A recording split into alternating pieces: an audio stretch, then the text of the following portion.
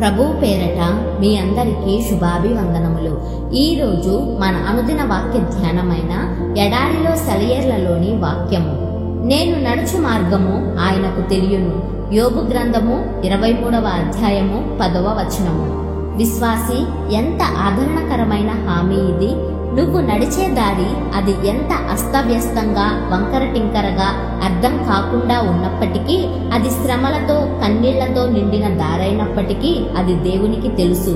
అగ్నిగుండం వేడిమి ఏడింతలు ఎక్కువ కావచ్చు, దేవుడు దాన్ని చల్లబరుస్తాడు.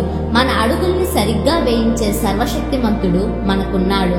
అది మారా లాంటి చేదైన ప్రదేశం కానివ్వండి, ఏలిము లాంటి సేదదించే చోటు కానివ్వండి. ఆ దారిలో ఐగుప్తు సైన్యాలకి చీకటిని, ఇజ్రాయేలు వాళ్ళకి వెలుగును ఇచ్చే అగ్నిస్తంభం, దీపస్తంభం ఉన్నాయి. అగ్నిగుండం మండుతోంది, కానీ దాన్ని వెలిగించిన దేవుడు నమ్మదగినవాడు. అంతేకాక ఆ అగ్ని మనల్ని దహించడానికి కాదు గాని శుద్ధి చేయడానికే అని ఆయన మాట ఇచ్చాడు. ఆయన నిర్ణయించిన సమయానికి ఆ శుద్ధి కార్యక్రమం పూర్తి అయితే ఆయన తన ప్రజల్ని మేలిమి బంగారం లాగా బయటికి తీస్తాడు. ఆయన చాలా దూరంగా ఉన్నాడనుకునే సమయంలో నిజానికి ఆయన అతి సమీపంగా ఉంటాడు. మిట్ట మధ్యాహ్నపు సూర్యబింబం కంటే ప్రకాశమానమైనదెవరో మీకు తెలుసా? ఉదయకాలపు కిరణాలతో పాటు మనల్ని పలకరించి నిద్ర లేపేదెవరో తెలుసా? మితిలేని లాలిత్యం, మృదుత్వం, వాత్సల్యం కురిపిస్తూ మన వెన్నంటి తిరుగుతూ ఉండే ఆ కళ్ళెవరివో మీకు తెలుసా?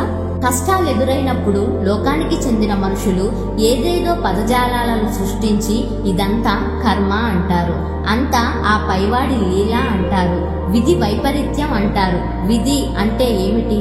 సజీవుడైన పరమదేవుణ్ణి, చక్రవర్తిలాగా అన్నింటినీ తన సంకల్ప మాత్రంగా నడిపిస్తున్న దేవుడిని వర్ణించడంలో అర్థం పర్థం లేని విధిలాంటి మాటల్ని ఆయనకి బదులుగా ఉపయోగించడం ఏమిటి?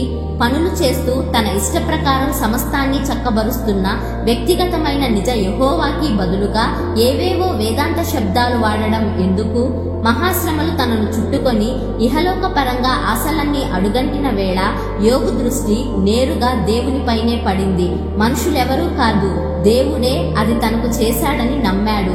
ఇలాంటి దృష్టే మనము కలిగి ఉంటే మనకి వచ్చిన శ్రమ ఎంత వేధిస్తున్నా అది మనల్ని బాధించలేదు కదా. యోబుకి షెబాయూల కత్తుల వెనుక దేవుని హస్తమే కనబడింది.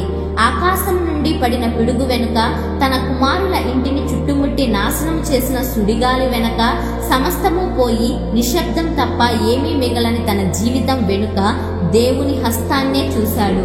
యెహోవా ఇచ్చెను, యెహోవా తీసుకొని పోయెను, యెహోవా నామమునకు స్తుతి కలుగును గాక. అన్నింటిలోనూ దేవుణ్ణే చూస్తూ ఉన్న యోబులో విశ్వాసం పరిపక్వమయ్యింది. ఊజు దేశపు సంపన్నుడు తన బూడిదలో కూర్చొని ఉండి కూడా అనగలుగుతున్నాడు, ఆయన నన్ను సంహరించినా నేనాయనలో నమ్మకముంచుతాను.